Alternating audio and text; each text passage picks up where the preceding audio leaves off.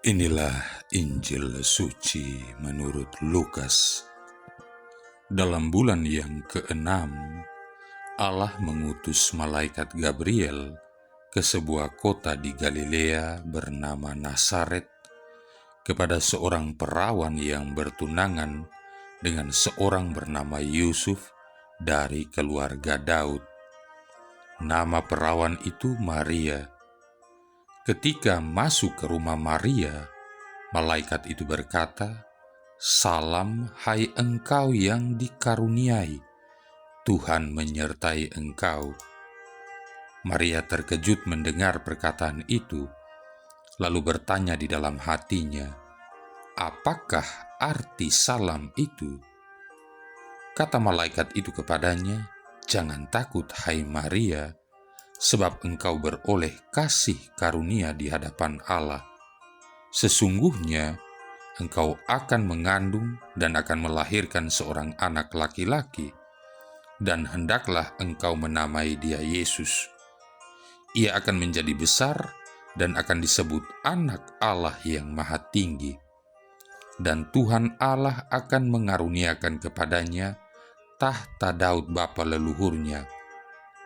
Ia akan menjadi raja atas kaum keturunan Yakub sampai selama-lamanya, dan kerajaannya tidak akan berkesudahan." Kata Maria kepada malaikat itu, "Bagaimana hal itu mungkin terjadi, karena aku tidak bersuami?" Jawab malaikat itu kepadanya, "Roh Kudus akan turun atasmu, dan kuasa Allah yang Maha Tinggi akan menaungi engkau. Sebab itu, anak yang akan kau lahirkan itu akan disebut Kudus Anak Allah. Dan sesungguhnya Elisabet sanakmu itu, ia pun sedang mengandung seorang anak laki-laki pada hari tuanya. Dan inilah bulan yang ke-6 bagi dia yang disebut mandul itu.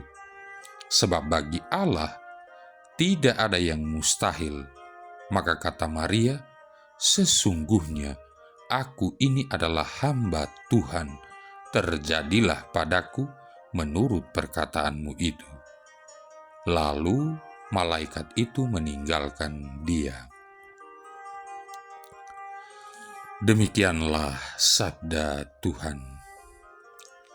Saudara-saudari yang terkasih, menyimpan perkara di dalam hati, ini adalah sikap Bunda Maria yang sederhana, namun artinya sangat mendalam, dan bisa jadi hal ini bukannya mudah untuk kita tiru. Mungkin sikap Bunda Maria yang tenang dan hening ini menyebabkan hanya sedikit bagian dari Injil yang menyebutkan dan menceritakan tentang dirinya. Padahal jika kita renungkan betapa besar peran Bunda Maria dalam pemenuhan rencana keselamatan Allah kepada kita. Oleh kesediaannya, Yesus Putra Allah berkenan menjelma menjadi janin di dalam kandungannya dan kemudian lahir sebagai manusia. Terpikirkah oleh kita bahwa tanpa persetujuan Maria, Yesus tidak jadi lahir ke dunia pada saat itu? Injil menceritakan tentang Bunda Maria pertama-tama saat malaikat Gabriel mengunjunginya dan memberitakan kelahiran Yesus. Tak lama kemudian Bunda Maria mengunjungi Elisabet saudaranya yang menyebutnya sebagai Ibu Tuhanku.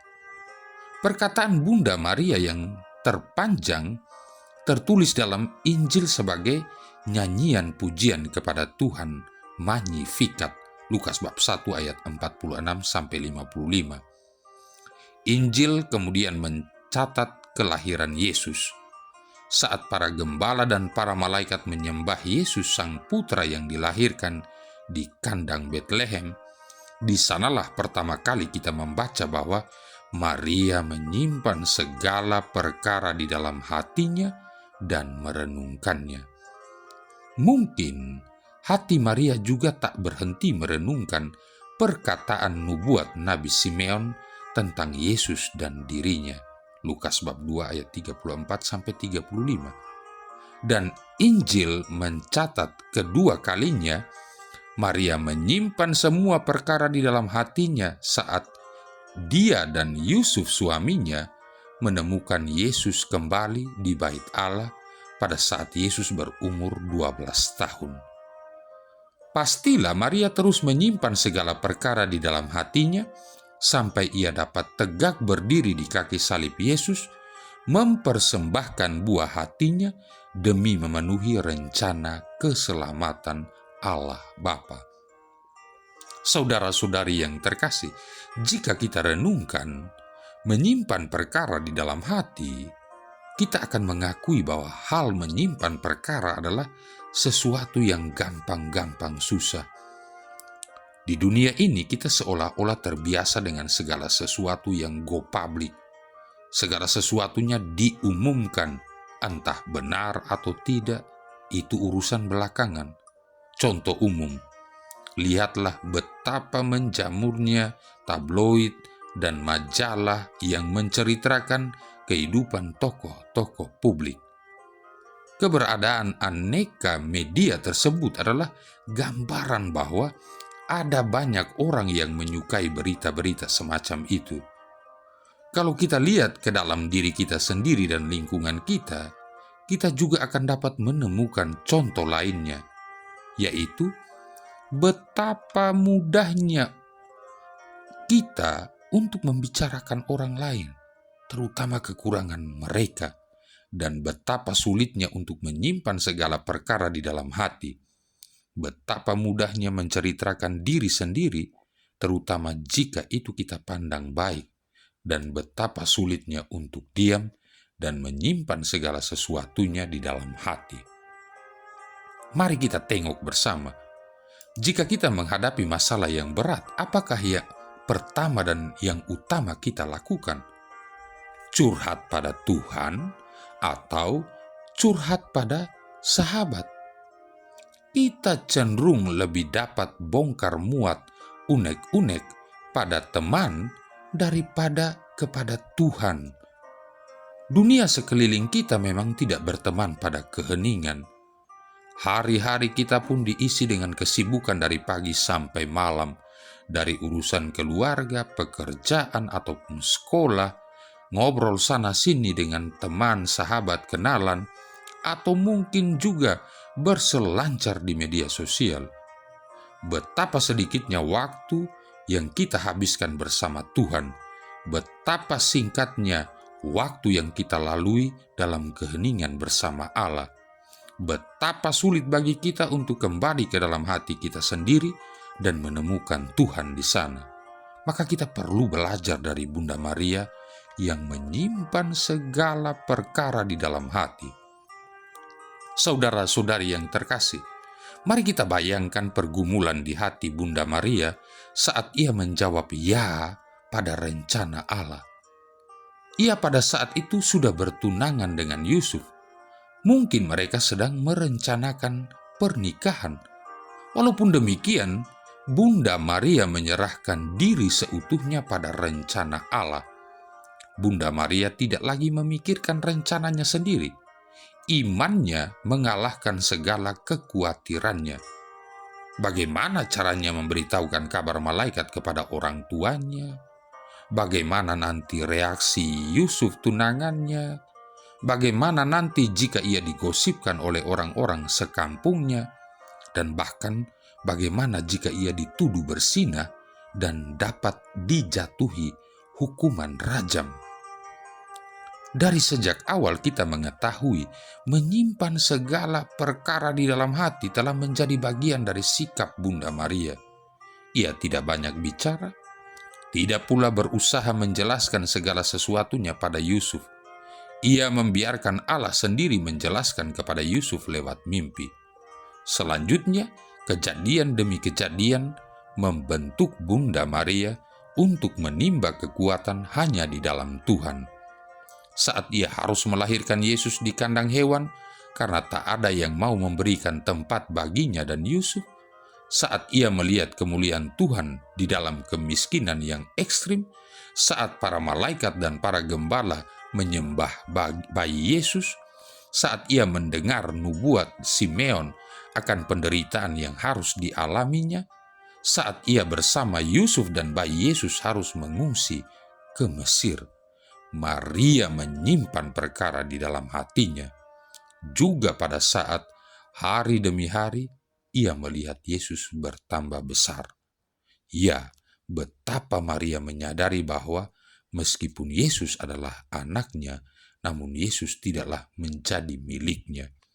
Hari demi hari, Maria melihat Tuhan yang Maha Besar mau merendahkan diri dan mau tinggal bersamanya sebagai anak yang menghormatinya. Ia adalah Sang Sabda yang menjadi manusia dan tinggal satu atap dengannya. Kehidupan Maria adalah permenungan tanpa henti akan sabda Tuhan yang hidup. Saudara-saudari yang terkasih, mari kita tengok kehidupan kita. Sudahkah kita belajar untuk menyimpan segala perkara di dalam hati kita? Apakah kita lebih cenderung untuk menceritakan problem kita kepada teman ataukah kepada Tuhan? Sadarkah kita bahwa Allah menunggu kita agar kita menemui Dia di dalam hati kita? Mungkin sudah saatnya kita belajar untuk mengurangi pembicaraan tentang diri sendiri dan orang lain dan menambah pembicaraan untuk kemuliaan Tuhan. Sudah saatnya bagi kita untuk mengurangi curhat kepada banyak orang dan menambah usaha untuk mencurahkan isi hati kepada Tuhan yang ada di dalam hati kita. Betapa lebih baik bagi kita untuk mengandalkan sabda Tuhan daripada pendapat kita sendiri. Ya, saat kita kembali kepada Tuhan, di sanalah kita akan menemukan kekuatan dan penghiburan yang tak dapat kita dapatkan dari siapapun. Mari kita belajar dari Bunda Maria untuk menyimpan segala perkara di dalam hati. Dengan iman, mari kita yakini segala perkara dapat kutanggung di dalam Dia yang memberikan kekuatan kepadaku. Saudara-saudari yang terkasih, beberapa pertanyaan untuk kita renungkan tentang pembicaraanku hari ini. Berapa banyak aku berbicara tentang diri sendiri kepada orang lain? Berapa banyak aku berbicara tentang kekurangan orang lain? Berapa banyak aku berbicara tentang Tuhan dan segala kebaikannya kepada orang lain? Tentang menyimpan segala perkara, apakah aku banyak mengeluh, komplain hari ini? Apakah aku cukup bersyukur atas rahmat Tuhan hari ini? Apakah aku membocorkan rahasia orang lain? Apakah aku merenungkan sabda Tuhan hari ini? Lalu, ayat apa yang menguatkan atau menegur aku hari ini? Apakah pikiranku tertuju kepada Tuhan hari ini? Apakah aku menyediakan waktu untuk berdoa dan hening di hadapan Tuhan? Marilah berdoa. Allah Bapa kami yang kekal maha kuasa, Engkau bersabda, maka jadilah putramu menjelma menjadi manusia dalam diri Bunda Maria, wanita yang terpuji di antara segala wanita. Kami mengimani Dia, sungguh Allah, sungguh manusia. Kami mohon, semoga hidup kami ini selanjutnya ditandai hidup ilahi Yesus Kristus Putramu, Tuhan dan pengantara kami, yang bersama dengan Dikau dalam persatuan Roh Kudus, hidup dan berkuasa, satu Allah sepanjang segala masa. Tuhan memberkati kita sekalian, Bapa, Putra, dan Roh Kudus.